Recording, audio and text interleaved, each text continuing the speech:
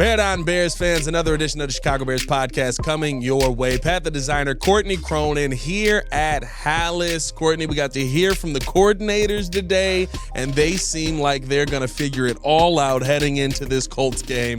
I'm excited to see what this Bears team is going to do this coming Sunday. Yeah, it seems, I don't know, like 2 weeks in, the answers apparently are so simple, yet it seems so complex. So we'll see. I mean, there's some very obvious fixes that at least you'd like to think would probably play out in real time against the Colts. But then again, the Colts probably know you're trying to run on them because everybody has run on them successfully through the first 2 weeks of the season. So we'll see if this really, I mean, this is going to be like DEFCON level 1 come Monday if they can't run on this defense. Man, so we shall see. Listen. If somehow DeAndre Swift comes out of here and he still doesn't have a total of 100 yards in the season, I am going to be banging the "you never pay running backs again" drum so loud people are going to be sick of me. We'll talk about all that and more in today's episode of the Chicago Bears podcast. Hit that like button, subscribe to the page, leave a 5-star review. Y'all know what to do. Let's start off with this. Let's start off with the game itself. We've got a lot of injuries heading into this. We don't yet have the injury report. We're recording this just after they kind of kick us out of practice. But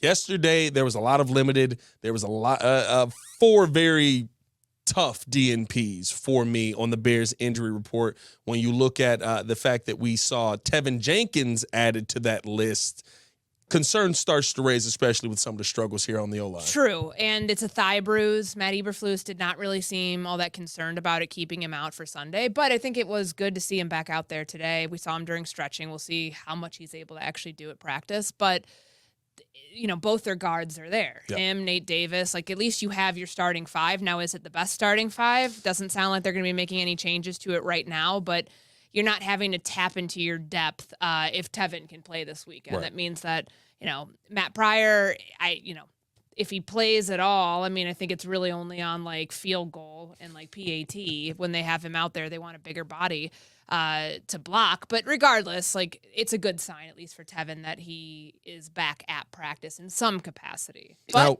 the one that is still alarming is Keenan Allen. Yeah. Still on the bike. That is the name. Keenan Allen's still on the bike. And I thought what concerned me a little bit yesterday when we got a chance to talk to Flus was the fact that you heard him basically say, this is not a re-aggravating issue. This is a pain tolerance issue. And Keenan Allen's somebody who we've seen throughout his career is willing to play through the injury. Do you feel like the Bears are possibly downplaying the severity of this injury a little bit? Because if it's just a pain tolerance thing, I think Keenan Allen would be fighting through it. And pain tolerance can be different for everybody, right? That's what Rome Odunze said he had to play through last week, that structurally his knee was okay, but it's how much pain can you handle. And, you know, playing a full game where you're playing nearly 94% of snaps or whatever it was, like, what are you going to feel like the day after the game? Are you going to have any sort of setbacks? For him, it was no.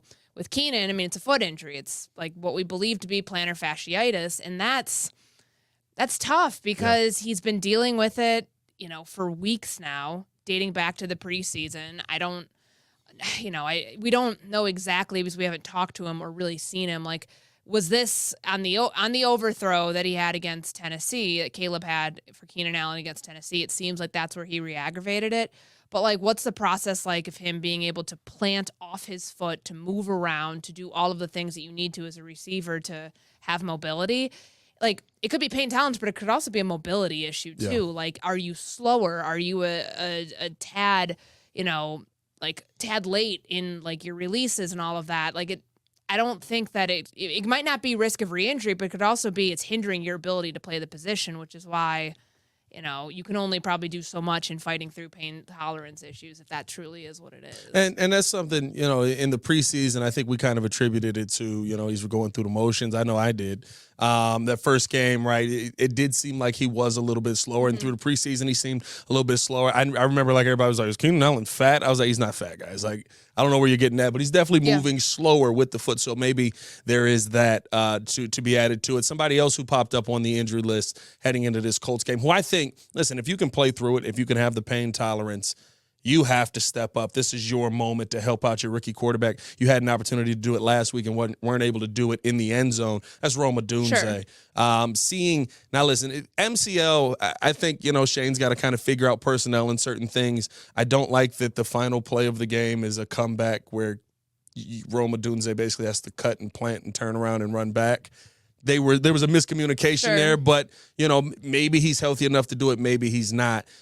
Is this the week that Rome kind of has to have his week? Because opposite of DJ Moore, that's going to be the focus. You're the other guy that's out there. That's the number 9 overall pick. That, guess what? Top 10 means eventually you got to start making some plays. Yeah, and he knows that, the ball in the end zone, that's his. Yeah. Like, he's got to catch that. Like, I honestly think the conversation around Caleb Williams would be so much different if there were 2 passes that were caught. Keenan Allen's at the goal line against Tennessee, and then the ball that hit off the top of Rome's hand in the end zone. Like, those are 2 touchdowns right there, and Caleb's stat line looks a little different. And we're talking about a quarterback who already had thrown his first passing touchdown, which he has not to date. Yeah. But to your point, it really should be your number 9 overall pick if he's healthy enough to, when we've seen him through, was full participant or was limited yesterday? Limited participation yesterday. But he's full in games. Yeah. So I think a lot of that slow playing to get him, don't wear him out during the week, get him ready for the game. That's the right approach, but he's got to be able to come through in those moments. So if there are these contested catches, I know that there's been some back and forth discourse about, what was said about Caleb needs to just throw Rome the contested catch balls because he can't get open right now. Yeah. He led FBS last year in contested catches. I don't think that would be an issue. Well, and if that ends up being kind of like how he makes an impact, but he's got to do that. I think there's been some growing pains for him the first 2 weeks this season, just like there has been for Caleb. But you've got to find somebody opposite DJ Moore because DJ's probably going to get those 10 targets once again. Yeah, we'll see if Caleb can be more accurate than nailing 6 of those for DJ Moore and DJ too. But I really think this has got to be because there's just right now it's starting to feel, or at least it looks right now, kind of like last year where it's a DJ Moore show and then everybody else. There was a moment where DeAndre Carter looked like, the catch down that he drew for DPI down near the goal line. The other third down catch, which, Caleb should have made that throw. He was in position, but you've got to find somebody else that can be the 1B to your 1A. And it just doesn't feel like they've been able to iron out who that is in week 1 and 2, when it should very well be Rome Odunze. Yeah. Listen, we started the game with DeAndre Carter, right? Being the guy, and we're like, all right, I'll take this. Yeah. You know what I mean?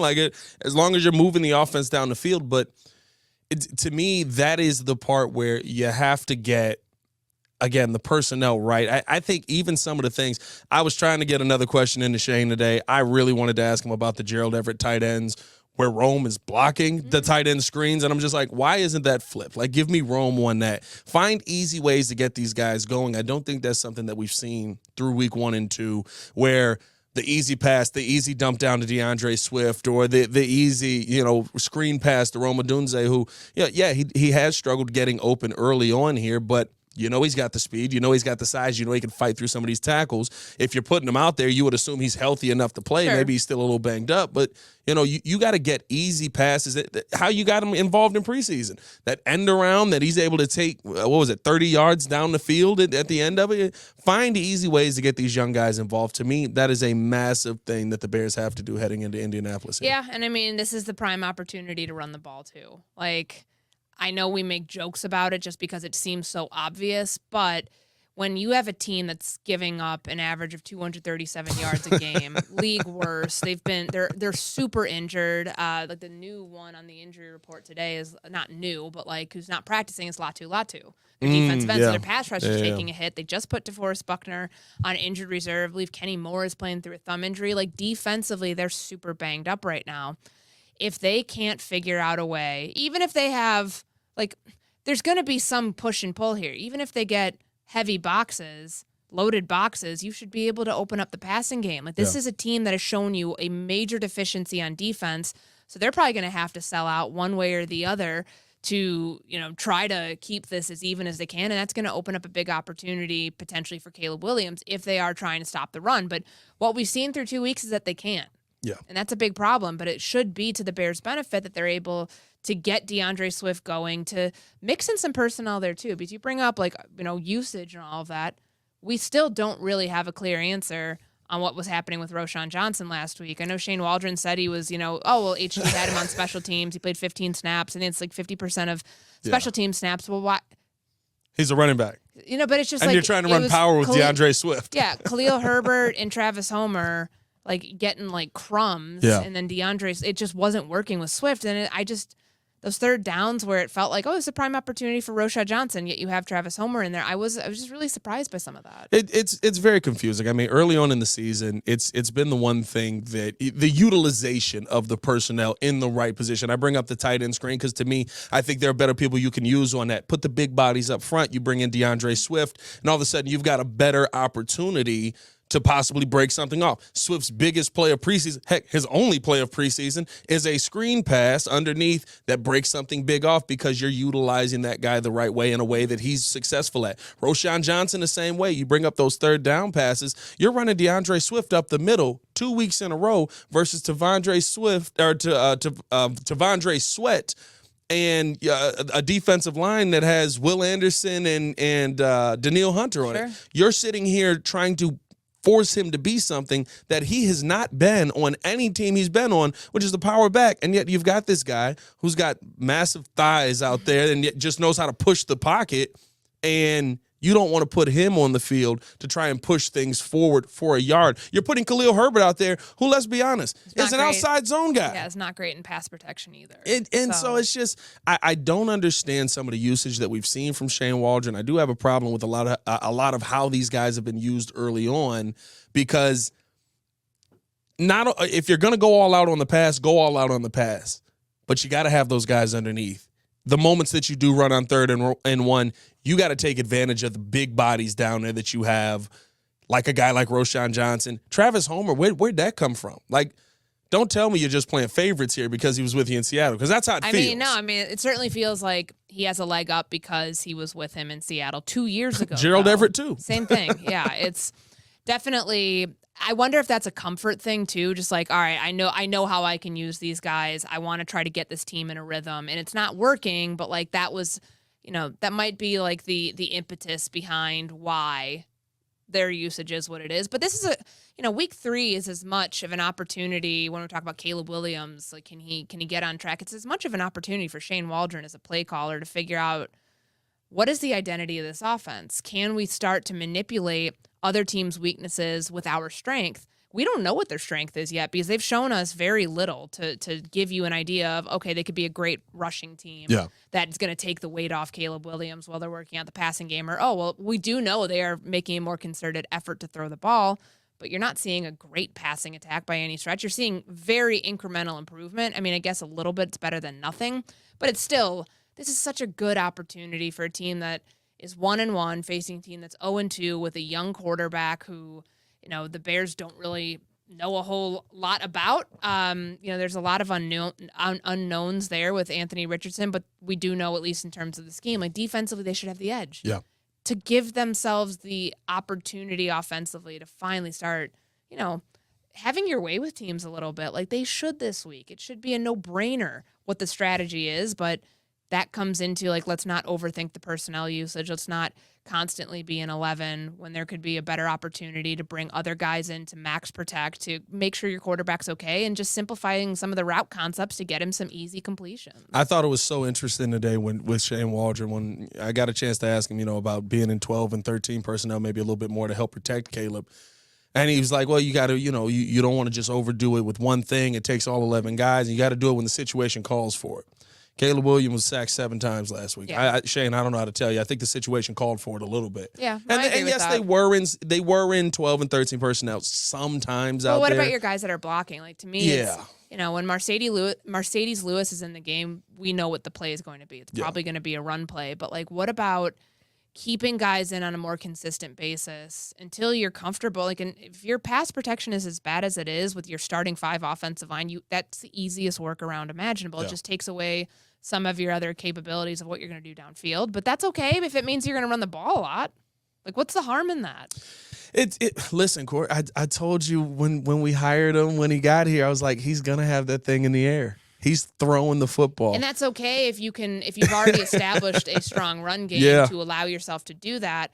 But there's going to be, like, if there's no play action opportunities on Sunday, you're going to know it's because they're not running the ball effectively. And that's a big problem for a team that has shown, hey, we want to get Caleb out in the move. We want to roll him away from pressure. We want to put him in an advantageous situation where he can utilize, his athleticism on, outside of the pocket, making those plays because we know he's going to throw in those moments. Yeah. And you're just not seeing it yet. And I think you said something even there, right, where if Mercedes Lewis is in the game, we know it's a run. You're at a point so bad offensively right now protecting. Put Mercedes Lewis out there on pass plays to help block because he's good at blocking. Have Roschon Johnson in the game on pass plays. I would think that he'd be relied upon a lot more this week for pass protection. I mean, how not? He was so good at it last season. You can't tell me that Travis Homer's good at it. Neither Khalil Herbert. DeAndre Swift is okay. He's solid. I think he's been better in the past than he's been this season. But, like, you have these guys on the team that literally are the answer, and it just literally feels like through 2 weeks, Shane Waldron has tried to fit a square peg in a round hole. Yeah, and you can't do that in week 3. Yeah. Not when the opportunity is as great as it is to steal one on the road here. A game that I know the Colts are favored by like 1.5, but the Bears feel like a better team, a healthier team too. I mean, they're really lucky on defense. They don't have the same sort of injuries that the Colts are dealing with right now. And there's a prime opportunity to just chip away at some of the things that you know that you have to be better at. You can run the ball on this team. You can set up opportunities for play action, for bootlegs, for, getting Caleb in a situation where doesn't have Coleman Shelton in his lap after 2 seconds. Like, there's ways to do it that I just don't think we saw enough of an effort towards in weeks 1 and 2 for a number of different reasons. But now, like what DJ said yesterday, about it takes about 2 to 3 games to get a quarterback and a wide receiver on the same page. You got to put your money where your mouth is if you're the Bears this week. Like, it has to start looking a little bit more polished, a lot more polished than it did the last 2 weeks. Yeah, and I think even to that conversation, I'm glad you brought the DJ thing up because I thought about last week. Of course, the frustration we saw from DJ not getting things going. Mm-hmm. Again, the easy things. We saw this last season. 3 weeks of basically just like, how do we get DJ more involved with an offense, which is by far the most confusing thing. This is great. I get it. There's tough dudes guarding him. You got L'Jarius Sneed last week. That makes things difficult, right? But dog, like, you got to know he's going to beat his guy more times than not. Throw him the football or do what they did last year in Washington, which is when you kind of saw Justin Fields and him come together and have that big moment early on. Short passes with DJ, right? Short passes, screen passes, different things like that just get him the ball in his hands and he can turn something into magic. And then all of a sudden we come through at the end of the day and go, oh, look at that. The offense worked. Like, it feels like we're trying to do too much complicated stuff early on, and we asked Shane about that today as well, right? And his response was kind of, Caleb can handle this much information at once. We're not going to try to take anything off his plate or, they're comfortable with the load that they have. And, I mean, feels like he's got a lot of autonomy within, like, what he's able to call at the line, too, which is a lot. I mean, 7 audibles, I believe, in that week 2 game. Apparently, he's, for a rookie quarterback, you don't really expect them to have that much, like, on their plate. Yeah. But, like, clearly he's shown them something. But if it, at some point, you've got to – I just don't think they'd ever be willing to say, oh, no, we're taking things off his plate because it's going to look like an indictment on the quarterback. I mean, there are ways to simplify things within what you're asking him to do that aren't going to feel like you're just like stripping him of his power and you're trying to make him, trying to dumb it down. Like half-field reads, quarter field reads. I don't know if you even need to go that far because he can go through his progressions. It's just the other stuff that you have to do. Simplify it for the 10 other guys to make his job easier. I think they'll be in a much better place. 100%. You also brought up the fact that it feels like this defense has the advantage here coming Sunday. I mean, listen, you get Anthony Richardson out in space, he's dangerous, but we're really good at coverage. So I think that having a spy on Anthony Richardson all day is going to be something that the Bears are probably going to do. More than likely it'll be one of the 2 linebackers, I would think, and they're both really good at tackling. So I'm not as worried about Anthony Richardson's legs And we know he can throw it through the roof, but we still don't know if he can hit his open receivers. Yeah. So I'm not that worried about it. Only thing that does concern me is we saw a name who's been a massive name for the Chicago Bears through 2 weeks here pop up on that injury report, and that's Andrew Billings. I mean, like, how he's been able to improve his game, how he's become a pass rusher out of nowhere. I didn't even know he could become a pass rusher out here in year 7, so I'm excited by that. What does it mean to this defense if Big Bill is limited even in this game? Yeah, I mean, it's dangerous because he's your starting nose tackle, and Zach Pickens also DNP yesterday. So I saw him in the training room earlier, like just at practice. Like remember when Matt Eberflus said after the Kansas City game, like in the preseason, that the tackle depth is worrisome? Yeah. It's a situation like this where it plays out. Okay, you've got a guy show up on the injury report. You hope that, okay, it might just be something he has to work through during the week and that he'll be able to go. You can't afford to be without him. Even Eric Washington today saying when they're talking about the rush plan, everything starts with him because he has the quickest line to the quarterback.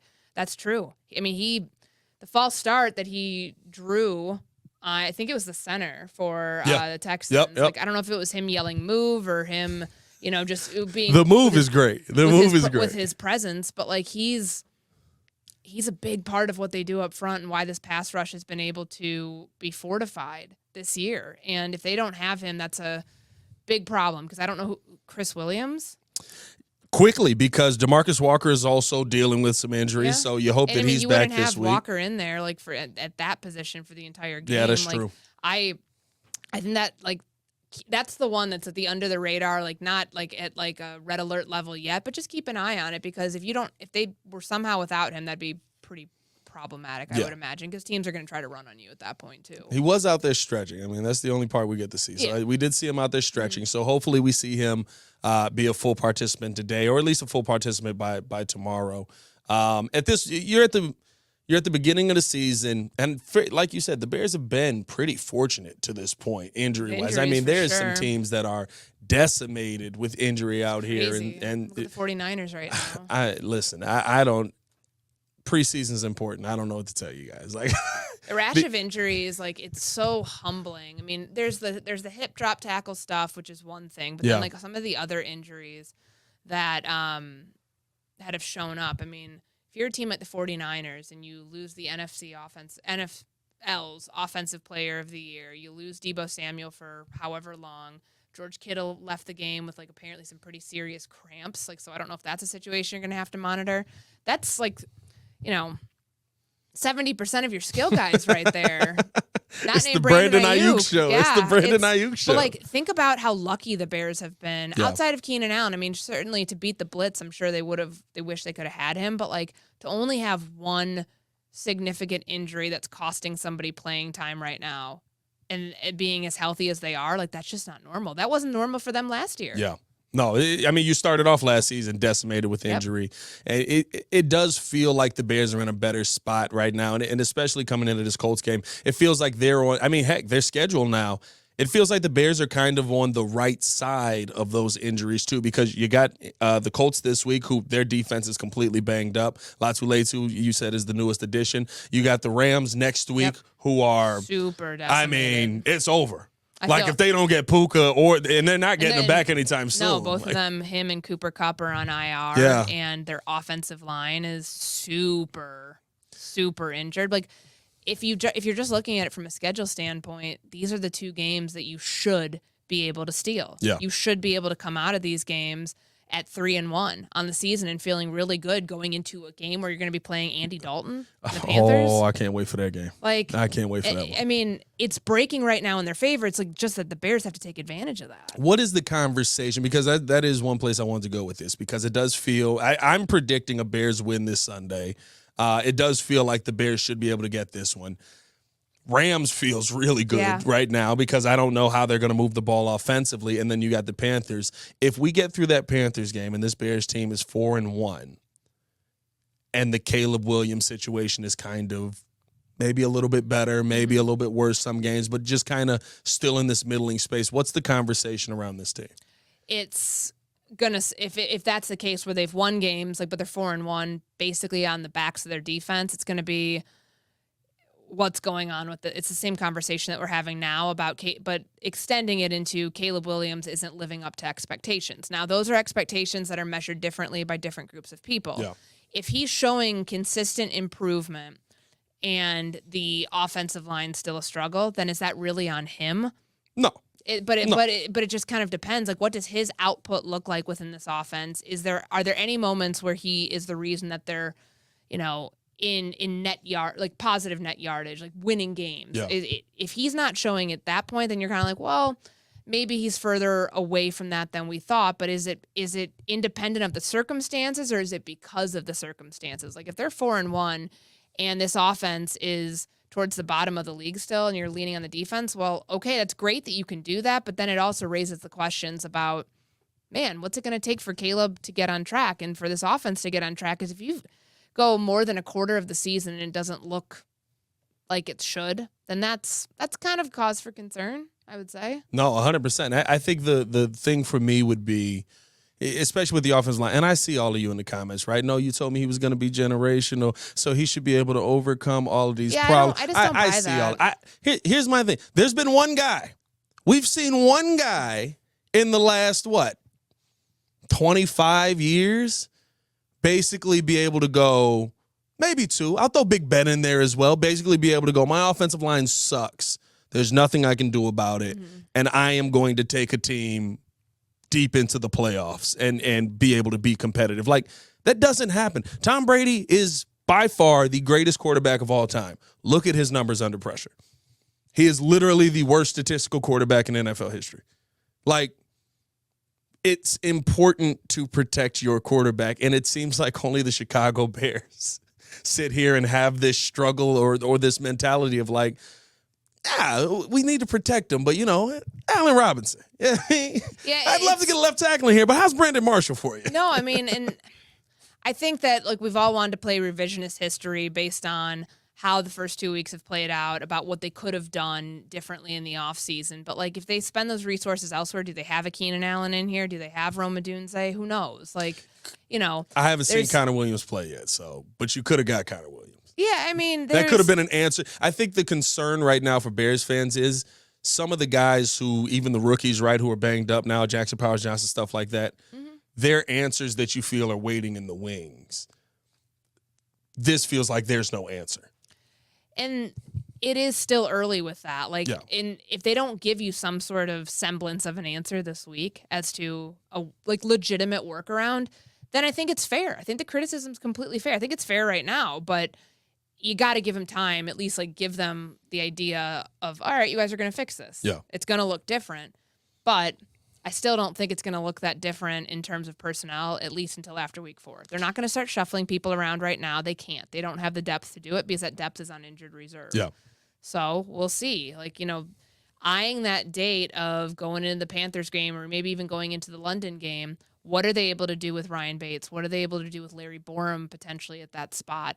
Could they bring both of them back and then have move guys around on the offensive line? Then maybe that's when you get the Teven Jenkins moving back to right guard stuff. I don't know. It's interesting to think about, but I think we're still a ways away from getting there. Is there let's say it seems like, we know DeForest Buckner won't be out there. I don't know how serious the Latu injury is, but let's say the Bears offensive line dominates this week.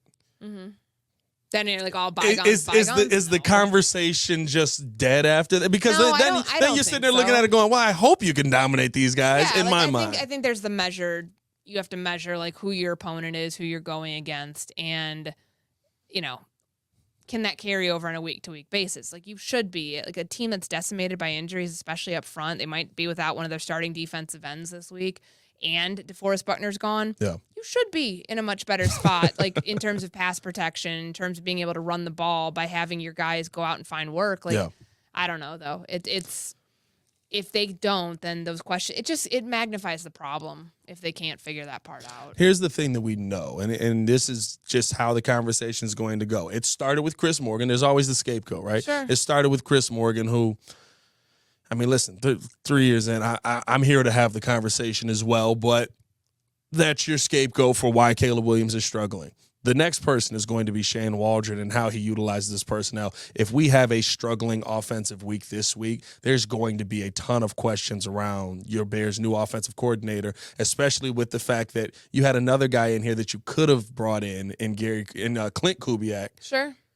And he's dominating down there with your scraps of Lucas Patrick. And it's just like, hey, we figured out how to use this guy. You know, if you make him a guard, he's a solid guard. Like, that's through 2 weeks. I'm not that upset about it yet, but we'll see. No, but that's a good point because of what they're doing down there. Like they had a lot of offensive line issues. Yeah. 2 new starters. They benched Trevor Penning at left tackle last year. They moved him to right tackle. They've made the adjustments within like their system, and they're also like taking pressure off those guys by running a lot of play action. Derek Carr is looking like a very early version of himself because of what that scheme is doing. Yeah. And you just kind of hope that, you know, those comparisons are always going to happen when it's like, well, you could have had this guy and he's using some of your former players to make this X, Y, and Z happen. And look at what your thing has. I mean, we hear it with Justin Fields right now. Yeah. Like, oh, look at what's happening in Pittsburgh, albeit it's a completely different offense. We didn't need the James Daniels one, though. Like, nobody needed to bring up James Daniels. We're good. We're good, guys. I've watched him the last few seasons. Yeah, but, like, if they don't start getting it together and other teams where it's like, oh, well, you could have had these people. You could have had this system. If those things look great somewhere else, then it just compounds the conversation even more as to, like, things aren't great right now, and you know they made the wrong decision. But again, I don't think people can fully have a judgment on that until like at least through the first quarter of the season. Yeah, I listen, and I do. This is crazy to say with all the offensive struggles. I do believe this Bears team is probably going to win their next 3 games. Maybe that's wishful thinking, but I'm just looking at who's decimated on the other side. Now, if injuries pop up for us, that's different. We can revisit all of this. But where the Bears are right now, the Bears defense just looks like a better team. It feels 06-ish, where, I don't know if offensively they can beat anybody, but defensively, I know that they can shut him down. They're going to make his life miserable. Andy Dalton's out there. That's all you need to know about that. You know what I mean? Like, and so I think that they can be in every one of these games and the offense can get enough. That conversation of now you're 4-1, you're through the first quarter, we know the conversation then will calm down on one side of the ball, and it'll calm down on, you know, people losing their minds at Lucas Patrick having a good day. But it's still something where, to me, you don't have the fixes to change anything in the season. Are you going to hurt the development of Caleb Williams? Because if you keep seeing games like we saw Sunday, you can't. He won't be there by week 6. Exactly. I mean, you can't have that happen. You can't have him get sacked 7 times and just act like, oh, it's a byproduct of, you know, early season ups and downs. Like, no, that's serious. Like, by the way, all 11 guys is new. Is this a new thing? Have you heard this? Which one? It takes all 11 guys to block. You know, I mean, they're always going to say that. I feel like because they don't want to just solely pin the blame on the offensive line. I get it, but even still, who gives a shit who the blame's on? Like, you can't have that happen. You can't have him sacked 7 times. He won't make it through an entire season getting hit that much. Listen to what C.J. Stroud said to him after the game. Like, stop taking those hits. And it was not at all, I don't know why people were so up in arms about that. It was not at all condescending. He's right. Yeah. You have to avoid that. And some of that, I know people are like, well, how much is on Caleb? How much is on play calling? How much is on the offensive line? Are there moments where maybe he could find his way out of like a situation where he's getting hit? Maybe. But like that, more of that's on pass protection. Who's responsible for it? Whether it's the offensive line, whether it's somebody else who's in there to chip, to block, whatever it is. And it's on the offensive coordinator. Yeah. Eventually, if it looks this bad in a couple weeks, then you could probably start sharing more of that pie of blame with Caleb Williams. But right now, not absolving him of it, but I don't think that that's a situation where he should be getting a bulk of the criticism right now by any means. No, if I were going to put a pie chart together of blame, give me 50, 30, 20. Is the math right on that? Is that math right? 50, 30, that's 80, 20, right? Okay. 50, I'm glad. First off, don't wait a minute. That was crazy, Courtney. I was doing it in my head, too. I was trying to make sure it added up. I'm not good at math. She was like, he can't count. There's no way he's got I was trying to make sure. I was trying to help you out there because I wasn't sure of it either. I don't know if I could have done that on the fly. Give me 50 offensive line because I think that's a position you basically just ignored and you were like, it'll get better if Caleb throws the football quicker. He's 8th in the NFL in time getting the football out. He was 6th in the NFL last week. You know what I mean? Like, he's getting the ball out quick. We're not worried about that. He's still getting hit. 30 because Shane Waldron, like, I'm sorry, after my quarterback gets hit the 4th time, you got to change your scheme up. And that seems to be the one thing that over the past few offensive coordinators we have, they've been very stubborn on that. You need to go, hey, my guy's getting killed back there. Let's throw a couple blocks. Let's throw Mercedes Lewis, Roshan Johnson in there. Y'all help him block. Yes, I have less receivers out there, and I know that the receiving crew right now is thin, but I got DJ Moore out there, and if I put DeAndre Carter on the other side, I feel better about that because my quarterback is back there protected. Sure. Figure out some chips or whatever it is so that he can get out. Yeah, I mean, like, you got to figure that stuff out. That's your job as the OC. And I do think 20 of it is on Caleb. I'm giving him the least right now because dropping him back for 57 passes. It's not. I understand the interception. Do I want him to throw the interception? No. But Caleb Williams then goes into the mindset of, all right, they want me to make a play. They keep telling me to pass the football. I got to make a play. I got to put us. We're down 9 here. We got to go down there and score. So I understand why he's trying to make the big throw, why he's looking for the Superman play, because that's what he did at USC. So, like, I know your bingo card wasn't me defending Caleb Williams behind a bad offensive line this year, but that's what you're going to get all season. But, I mean, in some of those things, I know that he does not feel that there's stuff he can get away with in college that he can't get away with in the NFL, but he's learning. Yeah. Like, he may not be comfortable admitting that just yet, but there are things that he can't out-athlete everybody else. He's not the best athlete on the field anymore. You have you go up against really good defenses every single week. There's not an accountant on the other side. And yeah, like you're going to get humbled on that. I think he's learning that. That's normal. We expected that. But it's like if we're projecting this thing out 3 or 4 or 5 weeks, you can't see some of the early season moments like that show up again later on. No, that's not growth from learning how to do it in college to the NFL. No, you've got to eliminate the mistake. I mean, listen, if we're being 100% honest, if he doesn't throw the 2 turnovers, the Bears probably win that game. And I don't know if you heard this yesterday. Kyler Gordon said the ref told him that if they had called it an interception on the field, they wouldn't have overturned it because there wasn't enough evidence to overturn it. That would hurt. That one hurt a little bit. I was like, that's a win then. It's a loss, but it's a win. But, like, when you're talking about moving forward, right, if you just don't mess up. That was week 1. Caleb didn't screw up. Did he play well? No. But he didn't screw up, and the Bears found a way to win.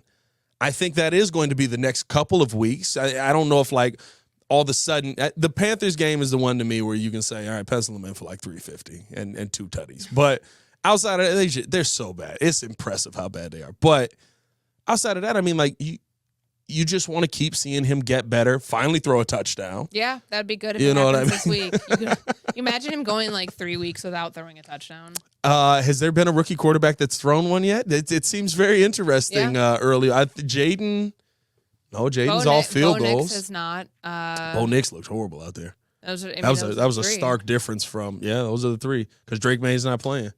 And who's the other one? Michael Penix Jr.? He's not playing.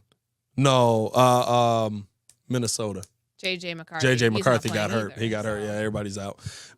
We need a touchdown this week. Give me that, Caleb. Give me that at least. And he's put you in position for him. Yeah. He's driven you down there and got you in position for him. His guys have to catch the ball.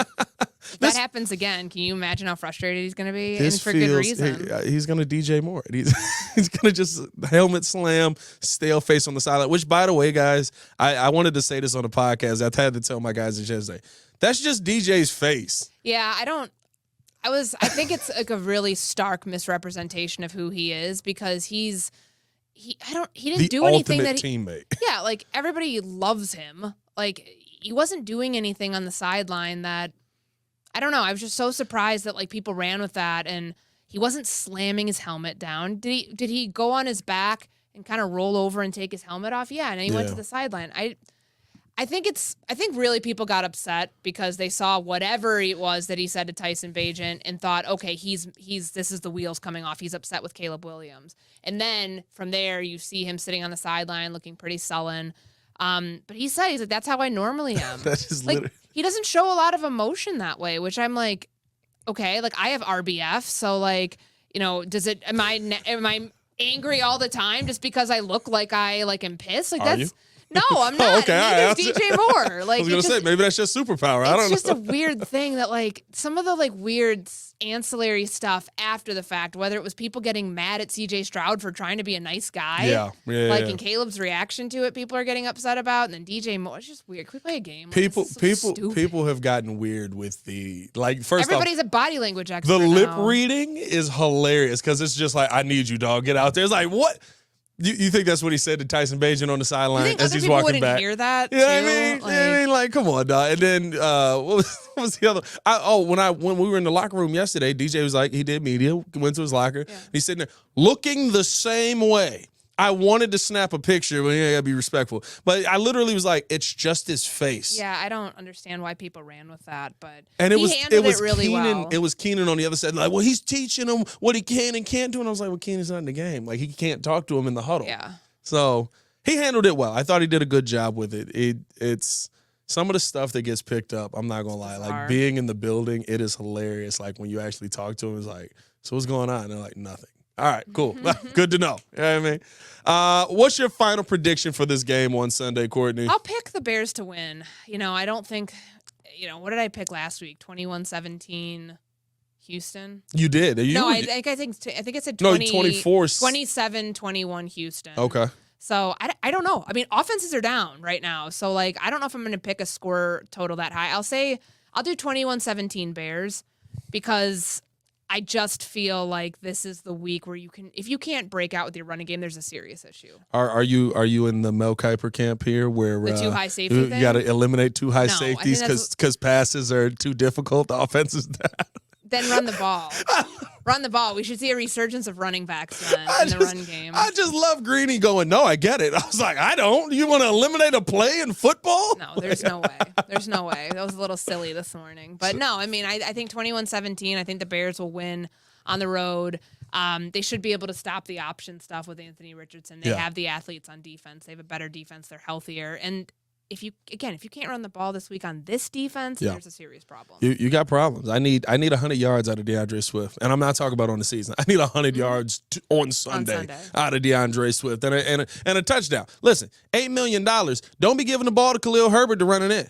I need 10 touchdowns out of this $8 million for a running back. I'm not starting this conversation. And we're drafting punters. For Courtney Cronin, it's your boy Pat the Designer back at it again. Let us know your thoughts, your final score prediction in the comments below. As always, hit that like button, subscribe to the page, leave a 5-star review. Y'all know what to do. Y'all stay safe out there, Chicago. Bear down. One love.